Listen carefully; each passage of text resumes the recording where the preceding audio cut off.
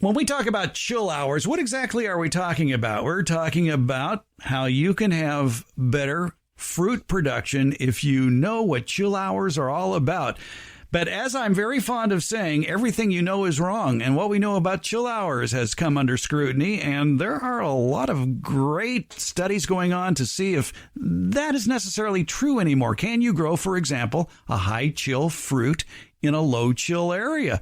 And what exactly is a chill? What the heck are we talking about? Let's talk to the guy, Tom Spellman, who's conducting experiments in Southern California growing high chill fruit trees. Tom Spellman's with Dave Wilson Nursery. He's our sales representative down in Southern California. And Tom, talk a little bit about the history of this plot that you have going. Sure, Fred. I'm one of the things that I am proud to be able to do through Dave Wilson Nursery is some experimental projects in Southern California's low chill areas. And you know, I've been in this business for a long time, and over the past 4 decades, I've been getting people that have told me I have a golden delicious apple in Orange County, or I have a Waltana apple in Malibu, or, you know, so on and so on, Arkansas Black in Costa Mesa. And I used to tell these people that, you know, probably what you really have is a variety that was mistagged. You have a variety that you think is a high chill variety, but it's probably a low chill variety, until I started to go around and meet with some of these people and look at what they were doing and what they were growing. And sure enough, I found Arkansas Black in Costa Mesa and Waltana apple in Malibu, and things that I couldn't explain. And this went on for the better part of 2 decades. And when I started working some experimental projects at the South Coast Research and Extension Center in Irvine, California, so low chill Orange County, one of the things that I proposed to them was I would like to put in a block of high chill apple varieties on the Irvine Ranch project there and see if I can replicate some of these results that I've actually seen in person. And a couple of the people said, well, you know, that seems like a stretch. And I remember one in particular who said, well, Tom, what happens if you fail? And I said, well, if I fail, nobody will ever hear a word about this because I'm not going to publicize it. But if it's successful, I think we can change the way people think about growing apples in low chill zones. So they allowed me about a half-acre plot to put in 30 different varieties of high chill apple. These are varieties that would range from 500 plus hours to up to about 1,100 hours. And you have to understand on the South Coast Research and Extension Center, their average chill over the years has been less than 200 hours. In fact, we had several years, this project was put in March of 2013. We've had several years where the chill accumulation was actually negative. So we had, you know, more hours above 70 during that 3-month period than we did hours below 45. In all of those years, Fred, from the second year in the ground, from the second break of dormancy, when we had a little bit of spurwood that had established itself, we've had fruit on 28 out of the 30 varieties. So there are definitely some that I don't think lend themselves quite as well. And it's not that they didn't produce any fruit, but they didn't produce a quality fruit. But we've had some real standouts in that program that have produced what I would consider, again, on low size managed trees, no bigger than about 7 feet tall and 7 or 8 feet wide. We've had very good sized crops of fruit, and it's been tasty. It's colored up well. There hasn't been anything that was produced there that I thought was of inferior quality. So this project for me was a complete success, even to the point where they had researchers coming out from, you know, the East Coast or the Midwest for other projects and programs who basically said, I've got to see this project. I don't believe it. I don't believe that you can do that, you know, on Irvine property in Southern California. So I had a lot of Apple experts and some real enthusiasts, people that understand apples much better than I do, that looked at that project and scratched their heads. They were just totally amazed at what we were able to do, to the point where they were like, well, what are you doing?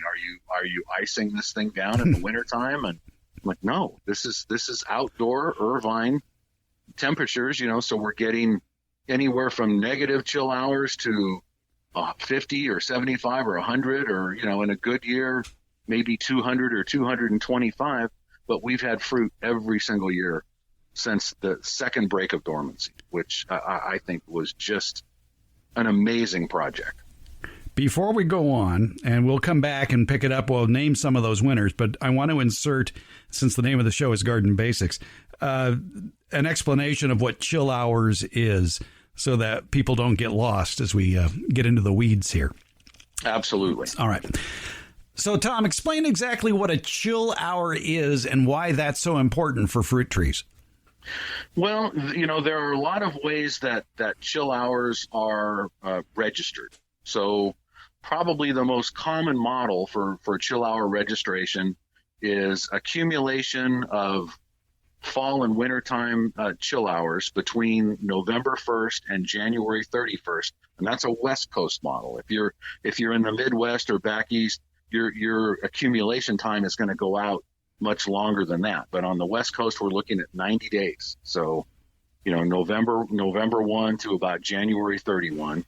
And it would be accumulation of hours between 45, some say 50 degrees, 45 degrees, down to right at freezing, down to 32. So very seldom, in Southern California do we get much below 32. So most of the time, those chill hours are accumulated between that period of time, and they are registered through like a CMIS weather registration station, or you could just contact your local weather service and find out what the local chill hour accumulation is. They normally keep pretty good records on. If you go to davewilson.com and you start looking at the lists of all the deciduous fruit trees, it usually tells you the recommended number of chill hours for this particular tree. And if you live back east or in the Midwest and you're growing fruit trees, chill isn't that big a concern. You're probably going to get the 1,000 hours or 1,500 hours between November and February or longer for that really great tasting apple. Here in the Sun Belt, it could vary. Like in Southern California, 200 chill hours is not uncommon. Up here in Northern California, it used to be 800 to 1,000. Now it's more like 400 to 800. Every year is a little bit different, but we're seeing those chill hours go down. And then there's the negative chill hours, and that's actually more of a chill unit situation where you're taking into consideration how warm it's also getting during the day. Absolutely. So the situation is, if you have daytime temps that are registering above 70 degrees, which is not uncommon in throughout California during those during that 90-day period, then that actually takes away from chill. So you could have a 10 chill hour night and have an 8 hours during that next day that are above 70 that are actually going to steal 8 of your 10 chill hours. So that's why I can say that we've had years that were negative chill. We still had hours that were below 45 or 50, but we had more hours that were above 70 during that 90-day period than were below that 45 or 50 degree number. So, negative is absolutely possible. It's not pretty. We don't like it. I'm not big on 80 degrees in December or January, but it's not uncommon. Explain why a deciduous fruit tree needs that cold period. That's like a good night's sleep, Fred. They are going to wake up in the spring, and they're going to bloom, and they're going to set their fruit, and they're going to do their work through the spring and early summer when they mature that fruit and put on some structure, and then that fruit's harvested later on in the summer, and then those trees begin to get tired in the fall. You've got that old foliage. Now you've got daylight hours that are getting shorter. As the daylight hours get shorter, the trees get tired. They start to drop some foliage. They go into October, November, early December. and they go completely dormant, and that's when you would consider that tree is asleep. So, it is accumulating those chill hours during that winter time period. If you allow it to go into a good dormancy, then it gets a good night's sleep. Then it's going to wake up happy. It's going to do its job efficiently and have a good season. But if the chill hours are rough, if the tree doesn't get a good winter sleep, then it's not going to be effective when it wakes up and blooms and needs to do its work in the spring. And there are certainly other ways that you can help to achieve that dormancy. There are two things that we have no control over, and one is the daylight hour sequence. Every year, June 21st is going to be the longest day. December 21st, or right around there, is going to be the shortest day. So that's when we're getting supposedly a cooler season. In December, when we only have 8 daylight hours instead of July when we have 13 or 14 sometimes, we want to allow that tree to get that good night's sleep and go dormant. So we have no control over that. That's going to happen the same time every year, like clockwork, no changes. Now, you would think within that same period of time that you would get the coolest weather, but that doesn't always happen. We don't always get, 40s and 50s and 60s during those cool days. We can have warm days, at the same period of time. But in general, we're going to get our cooler days during the shortest daylight hours. So we really don't have any control over that either, but it varies. It's not a constant like the daylight hours itself. It is something that varies from year to year. Now, what we do have control over is how we irrigate and how we feed. So if you're feeding too late into the season, if you're feeding in September and October and November and you're using a higher nitrogen fertilizer, that tree's going to have a hard time going dormant to begin with. And now that's like going to Starbucks at 11 p.m. and getting your venti frappuccino with an extra shot of espresso and expecting to go home and go to sleep. You don't want to sleep. The tree doesn't want to sleep either. So we've got to cut off fertilizing early in the season. We've got to stop fertilizing by about the end of June. You want to feed early, starting January, February, feed again in April, feed again in June, and then be done with it. So it's like a 6 months on and 6 months off.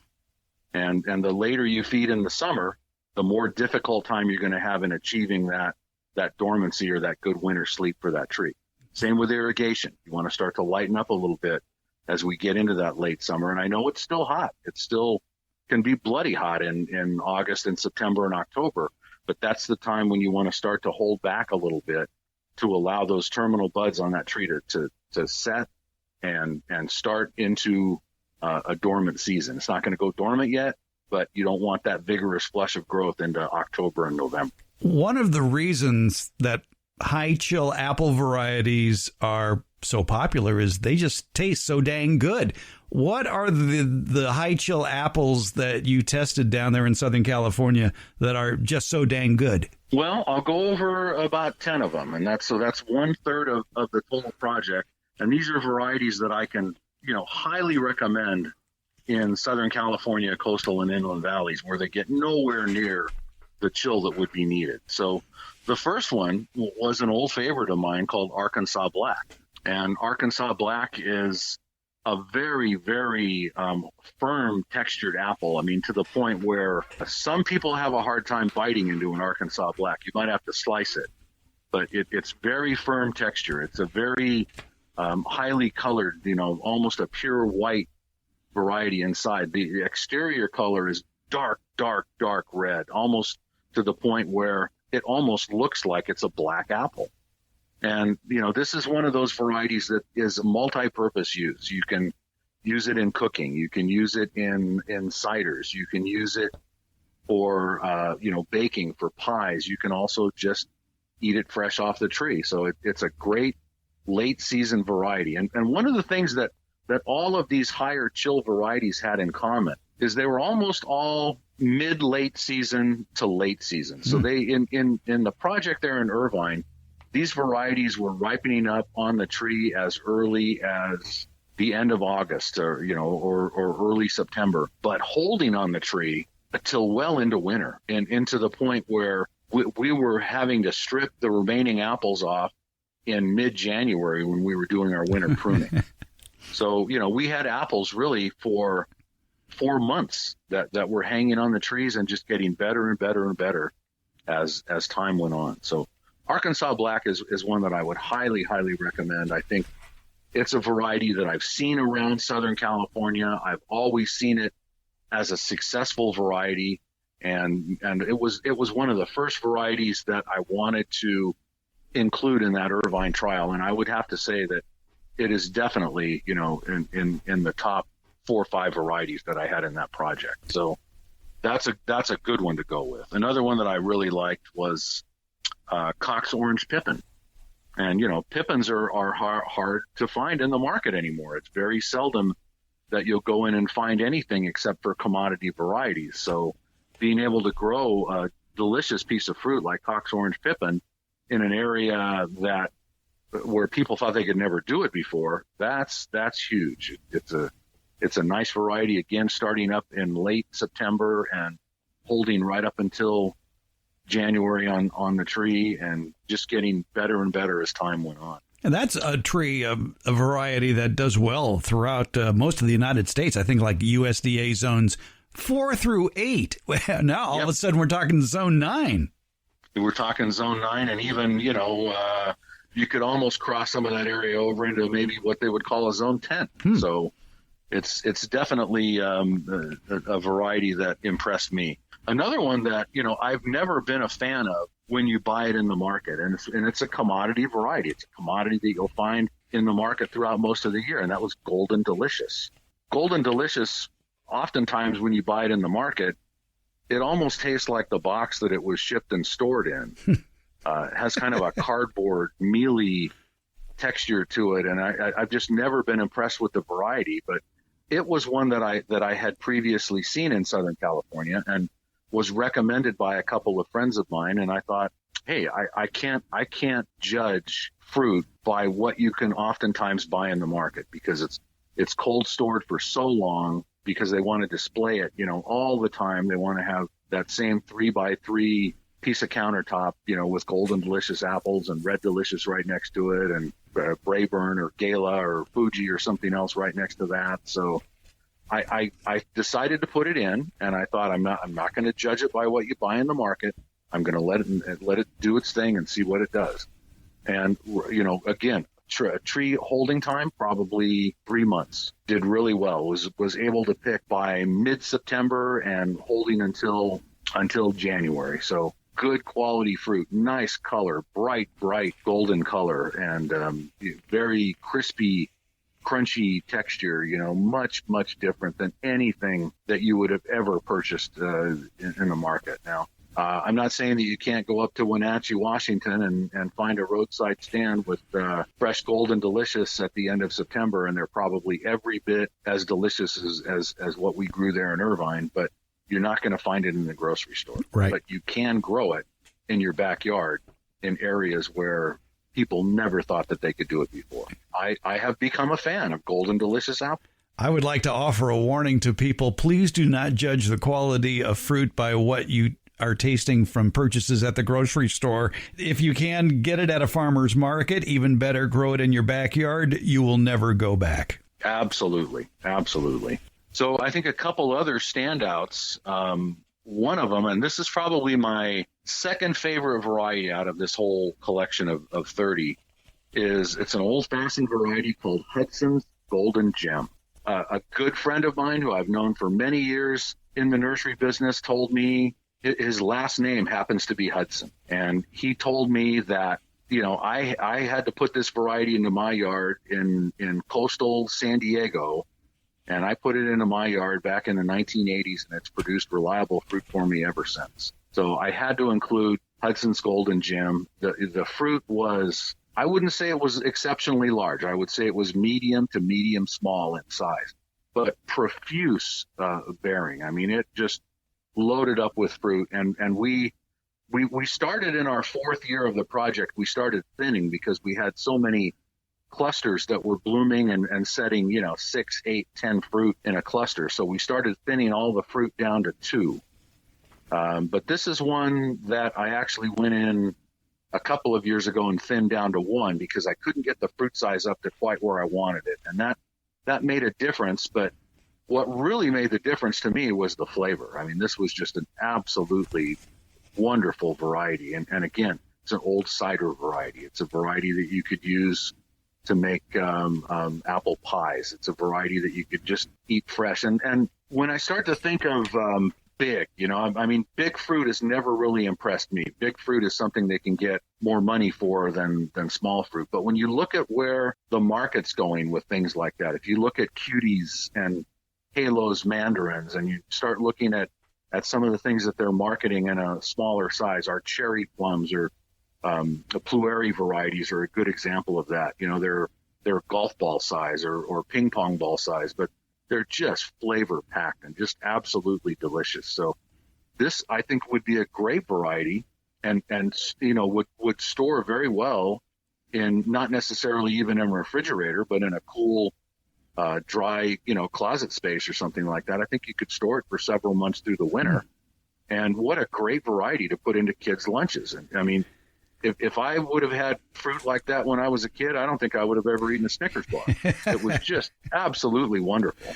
The Hudson's Golden Gem apple, and in its native Oregon, I would think they were probably getting 1,000 chill hours up there for that, and yet you're finding it growing in an area that gets about 200 or less hours. Yeah, and I think it was rated at 800 or 900, in our variety description, and just did exceptionally well. And there are others. King David did great. Waltana did great. And Waltana's an old Albert Etter variety from up in Northern California there that was hybridized probably back in the 19-teens or 20s. And Albert Etter came up with some wonderful apple varieties up in the Sonoma area there, and some of them that we still see today. But I think Waltana is one big, large fruit, beautiful, greenish yellow color, and again, you could use it for baking or you could use it just for eating fresh. It almost had a kind of a cider-like flavor just to take a bite out of a fresh piece of fruit off the tree. And I really find that appealing. I'm so into varieties that have individual flavor characteristics. I don't want them to taste like the next variety and the next variety and the next variety. And so often that's what we buy in the grocery store, where some of these old-fashioned selections had all kinds of different flavor attributes that we just don't find. What's interesting, too, about the Hudson Golden Gem apple, it is reportedly resistant to scab, mildew, and fire blight. Did you find that growing any of these varieties in a low-chill area changed former resistances to some of these pest and disease issues? No, I don't think so, Fred. I think I was very lucky to be on a piece of property that wasn't completely developed around it at the time. So there was really almost no inoculum for fire blight in the area. I had very, very little issue with fire blight over the years. And I tried to run this program looking at a backyard grower's perspective. I didn't want to come in and spray. I didn't even do a dormant spray on this program. So the only thing that we ever did was keep the trees pruned, keep the trees whitewashed to protect them against sunburn. And when we did our winter pruning, we would use a hose and a high pressure nozzle and just keep the trees blasted out. If there was any scale or any mealybug or any woolly aphid or something, we just kind of wash it off the structure.